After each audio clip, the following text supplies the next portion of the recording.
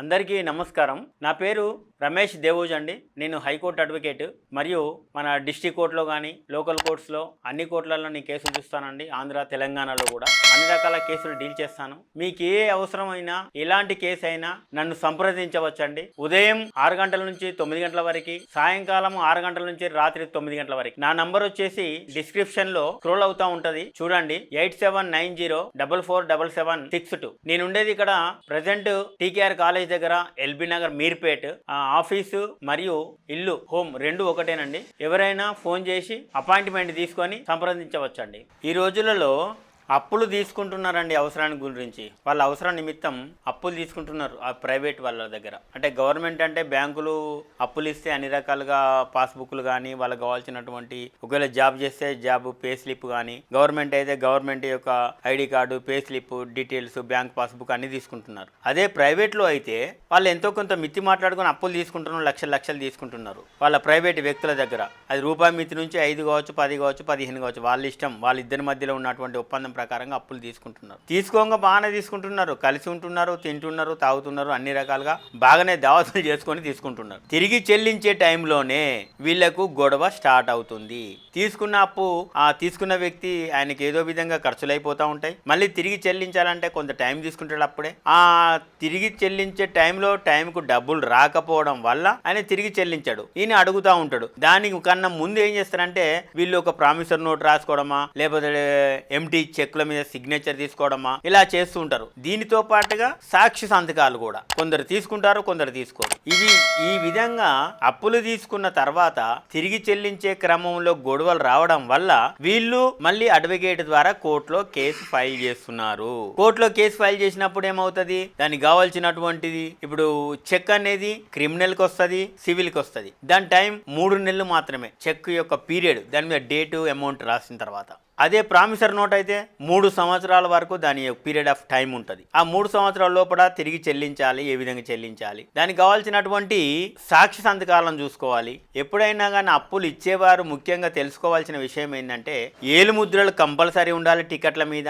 ఏది promissory note మీద ఆ ₹1 రెవెన్యూ టికెట్ మీద పెట్టేస్తారు, దాని మీద ఏలు సిగ్నేచర్ రాస్తారు. సిగ్నేచర్ తో పాటుగా వేలు ముద్ర ఉండాలి. తర్వాత ఇద్దరి సంతకాలు తప్పనిసరిగా ఉండాలి. ఎవరు? సాక్షి సంతకాలు. ఆ సాక్షి ఎవరైతే సాక్షి సంతకాలు పెడతారో ఆయన యొక్క పూర్తి వివరాలు, వాళ్ళ యొక్క ఆధార్ కార్డ్ డీటెయిల్స్ తో పాటుగా వాళ్ళ యొక్క అడ్రస్ ఏంటి, వాళ్ళు ఏం చేస్తారు, తిరిగి చెల్లిస్తారా లేదా అన్ని వివరాలు అడిగిన తర్వాతనే అప్పు ఇవ్వాలి. ఎవరికైనా ఇవ్వాలనుకుంటే. తర్వాత దీనికి బ్యాంకు ఎంటీ చెక్ తీసుకుంటారు. ఈ బ్యాంకు చెక్ ఏ బ్యాంక్ అయినా కానీ దాని మీద డేట్ వేసి అమౌంట్ రాసుకుంటే ఒక ₹1,00,000 తీసుకుంటే 10 లక్షలు రాస్తారు. దాని ఏదో వేరే డేట్ వేస్తారు. ఆ డేట్ వేసిన కానీ 3 నెలల వరకే దాని పీరియడ్ ఆఫ్ టైం. అప్పుడు బ్యాంకులో వేస్తే చెక్ బౌన్స్ అవుతుంది. ఇన్సఫిషియెంట్ మనీ ఇన్ బ్యాంక్ అని బ్యాంకు వాళ్ళు వీళ్ళకు ఒక మెమో ఇస్తారు, అంటే సర్టిఫికేట్ ఇస్తారు. ఈ అకౌంట్ నంబర్ మీద మీ చెక్ మీద రాసినంత అమౌంట్ మా బ్యాంకులో లేదు అని బ్యాంకు వాళ్ళు ఇచ్చినటువంటి సర్టిఫికేట్, అది చెక్ బౌన్స్, అంటే చెక్ బౌన్స్ అయింది. దీనిని ఏ విధంగా మళ్ళీ తిరిగి రాబట్టుకోవాలి?